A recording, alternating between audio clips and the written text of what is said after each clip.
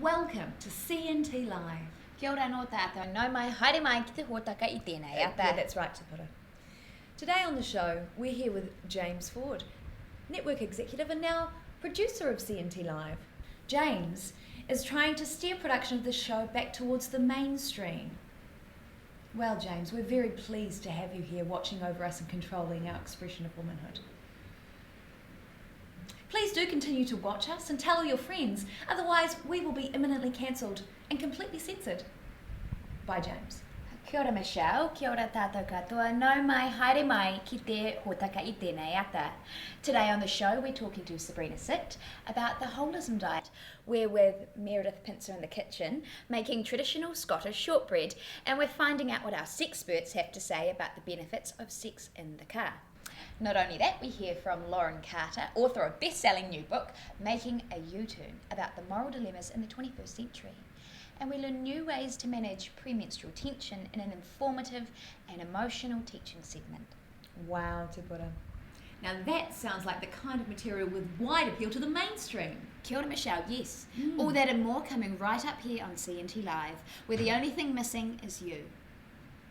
Here's Bethany with the news at 9.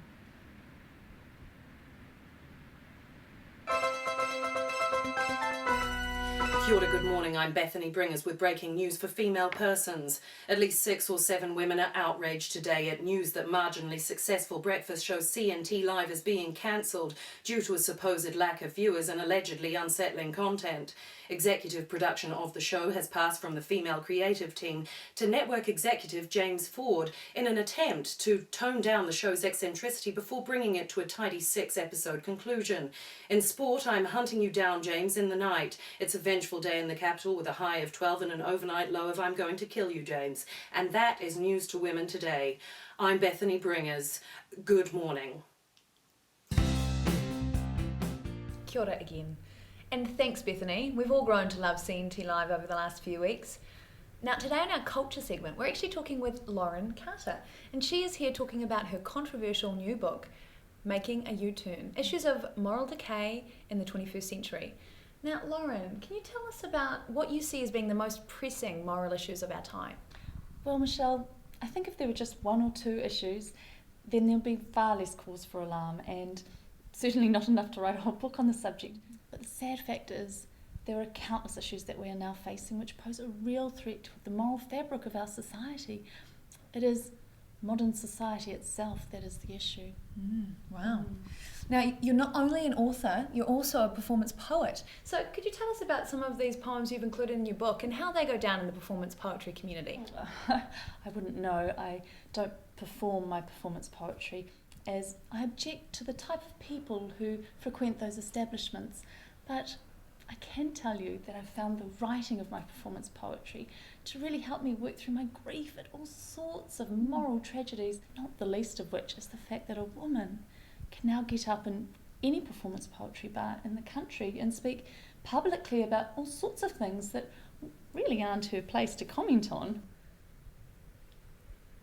But you're obviously very vocal about your own opinions. That's quite an accusation, Michelle.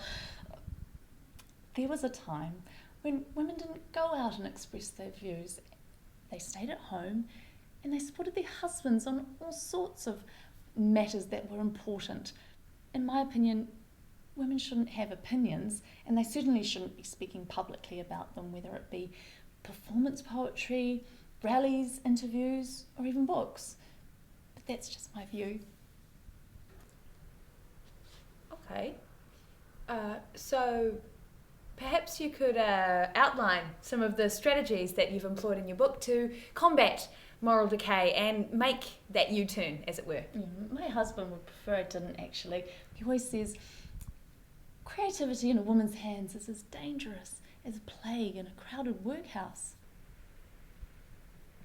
Wow. Okay.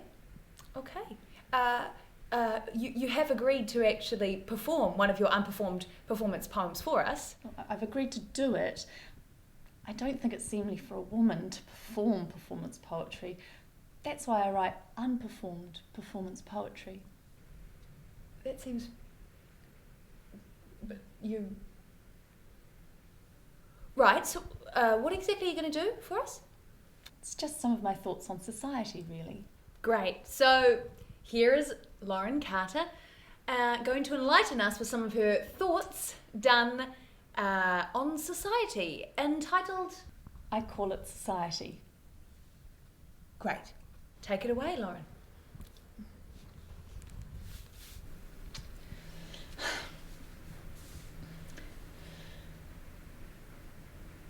What is society except for a refuge for the civilized? And thus all others must remain outside. And yet homosexuals roam the streets, and death is the only cure for a lifestyle that God himself will weep over. Death. I don't like the atheists, and I want the foreigners to go home. I feel alone when there is no other white face in the crowd. At the supermarket, I need to change. Supermarkets. There is no hope for licentious youth and prostitutes. I wish we could return to a time when we could burn the whores who meddled in witchcraft. Why can't we make a U-turn? Great. Thank you so much, Lauren Carter. And I think this gives us a very clear insight into your book. Making a U-turn, Issues of Moral Decay in the 21st Century, which will be on sale on Monday. So thanks, Lauren. Thanks, Michelle. We'll be back after this. You betcha. Lonely, confused, anxious, fat, embarrassing, friendless, unsettling, bizarre. If you need support, call Patricia 07675 8592. Patricia, nice lady, big shed, good listener. Patricia, training for a diploma of counselling at DIT. Patricia, support and help. Patricia 07675 8592.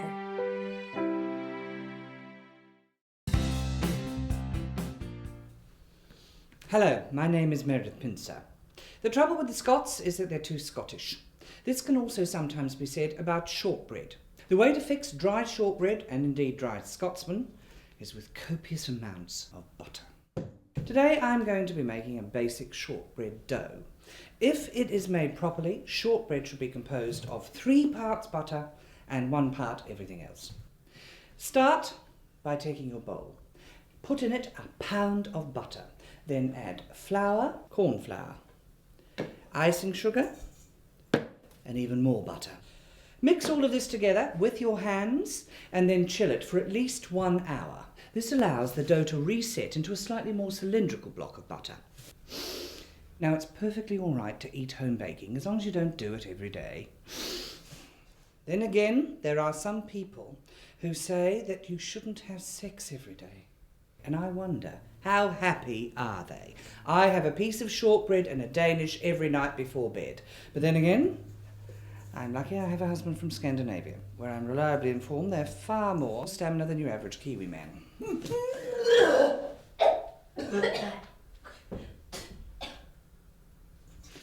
Here is a block of shortbread that I prepared earlier. Take your block of shortbread, chop it into pieces on a tray, prick them all over with a fork and bake at 180 degrees until golden. This is completely orgasmic and makes a very nice postcoital snack. Michelle? Well, they just look fantastic there, Meredith. Next, we'll be talking with Tapura and Sabrina about the new holism diet. So don't go anywhere. Te pura.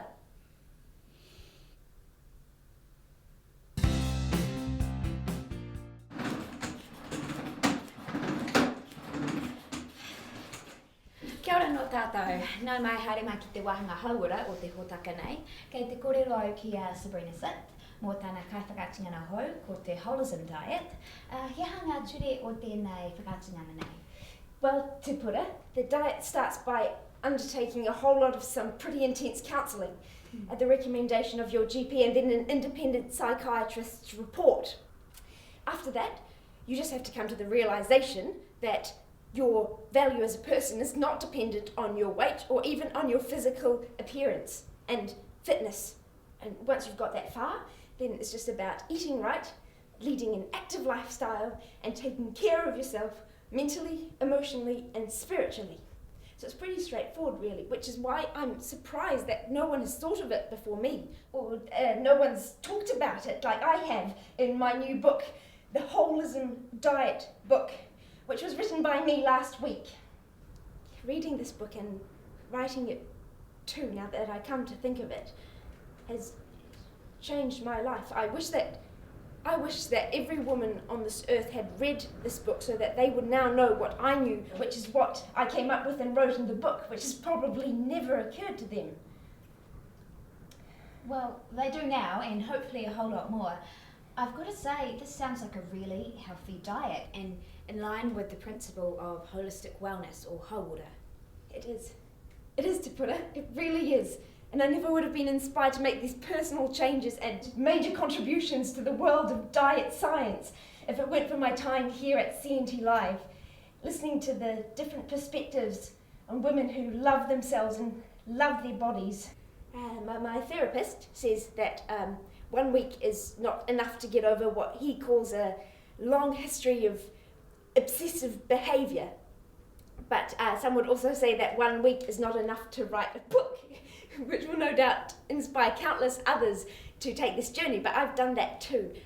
Well, this is great to see, and let's hope you keep loving yourself and looking after yourself, girl. And let's hope that I can inspire others to seek help and learning, just like my friends here at CNT Live have inspired me with love, learning, teaching and love, which is also the subtitle of my new book, the Holism Diet book, with love, learning, teaching and love. Hei mihi aroha kia koe, Sabrina.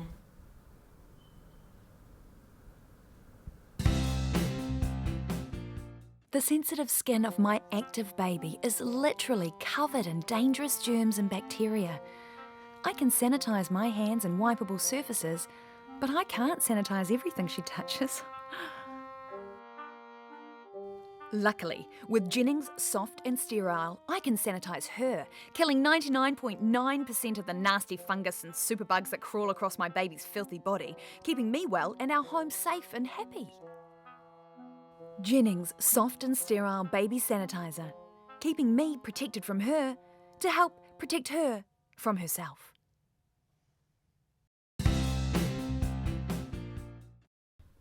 Hello everybody and welcome to this week's Sexpert panel. Our question this week is from Emily of Wellington. Hi Sexperts, I find having sex in a car increases my libido and alleviates the symptoms of gout. Do you know of any other health benefits that regular car sex can provide? Siobhan? Well, Michelle, engaging in sexual activity is a really good cardio workout, of course, much like Zumba or Pilates, and it's free as well, which is a bonus. Well, I've always thought of sex like a poor man's Zumba. Exactly. And of course, there are associated risks with sexual intercourse, but as long as you take simple precautions, contraception, and having a discussion with your sexual partners about their sexual history can alleviate these risks. And in the right circumstances, sexual intercourse can be really beneficial for both your mental and your emotional health and well-being. Definitely, yes. Yeah. So, do you find that, sex in a car can cure gout? No.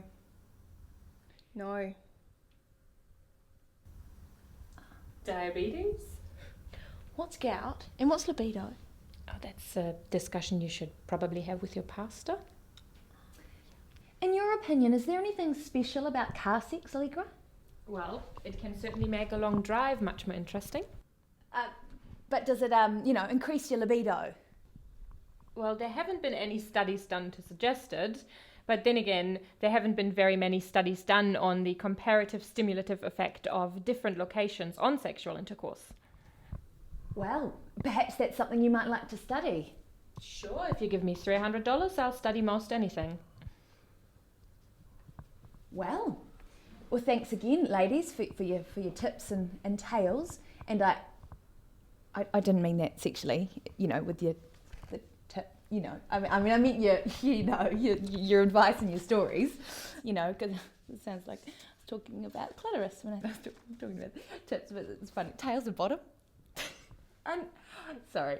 We're heading to Pura now, she's with Miriam Moonstone Jones, and we're going to be focusing on our teaching segment next. So why don't we just go? Should we go? Let's go. Kia ora everyone, in our teaching segment today, we're joined by Miriam Moonstone Jones, who's going to be running a premenstrual tension and ear perception development workshop with us. Miriam?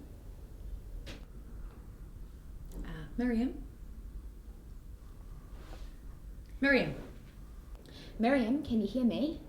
Where there is a heart, there are ears, darling. I can hear you. Great. Are you ready to begin? What? She said, are you ready to start, Miriam? Who is that speaking? I'm Michelle Benin. I'm the host here at CNT Live. I know. I heard. Really? When? Well, just now when you spoke. When the eyes cannot see, the ears can perceive much more, and the heart can truly understand. That is why I don't use name tags in my workshops, because then I won't know who you really are in this moment. Unless you read it on my name tag. Or listened when she just told you.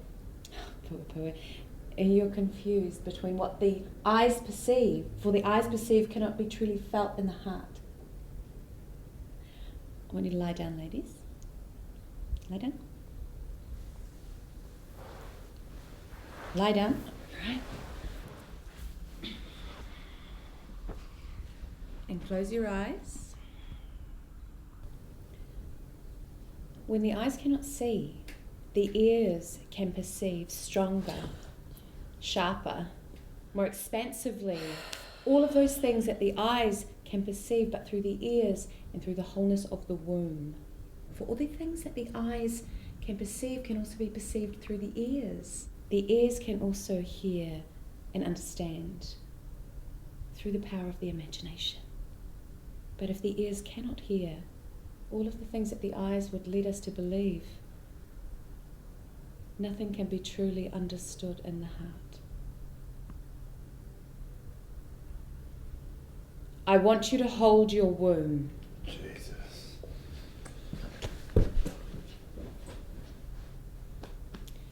By achieving a touch connection with your ears. Hold your ears. Hold your ears. I want you to see them in your ears as eyes. See your ears, really see them in your ears as eyes. As a womb. What do they fear? What do they dream about? Who is your womb? Is it you?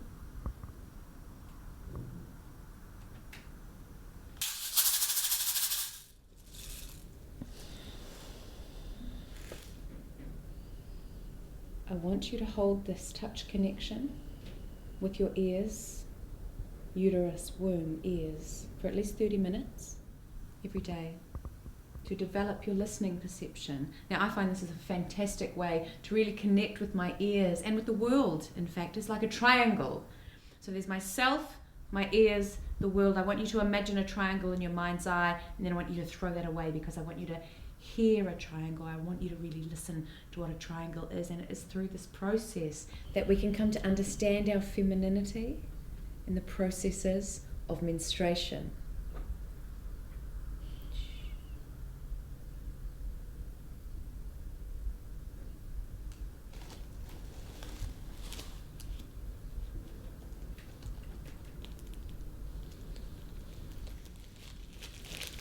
Miriam,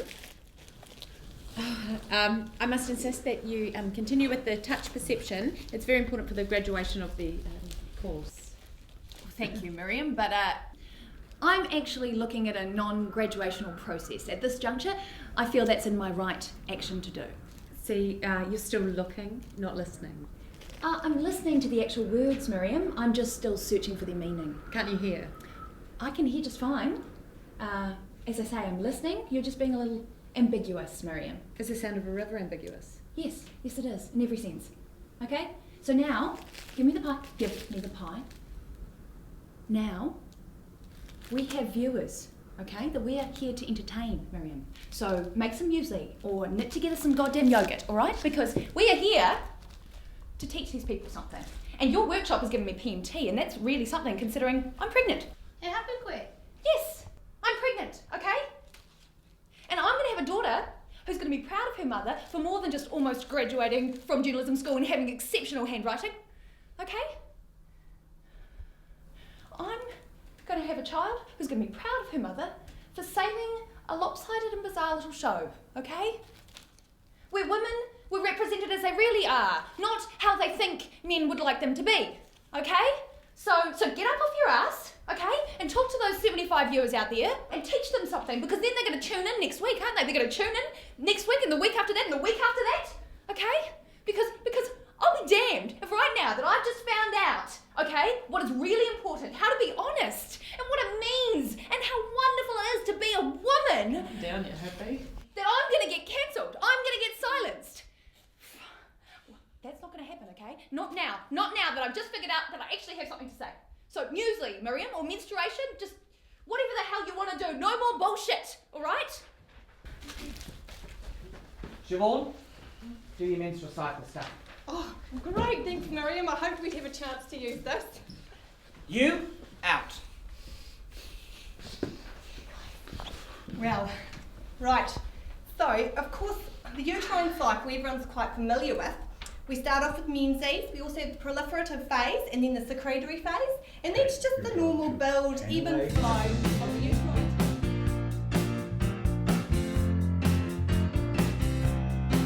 Well, I don't know about you, but I like what you're drinking. Yes, I don't know about you. Can you tell what I'm thinking? So come on,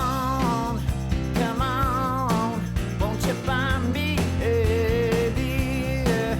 Come on, won't you buy? We've got the fimbriae on the little fallopian tubes trying to draw out the little eggs from the ovaries, and they sort of... Or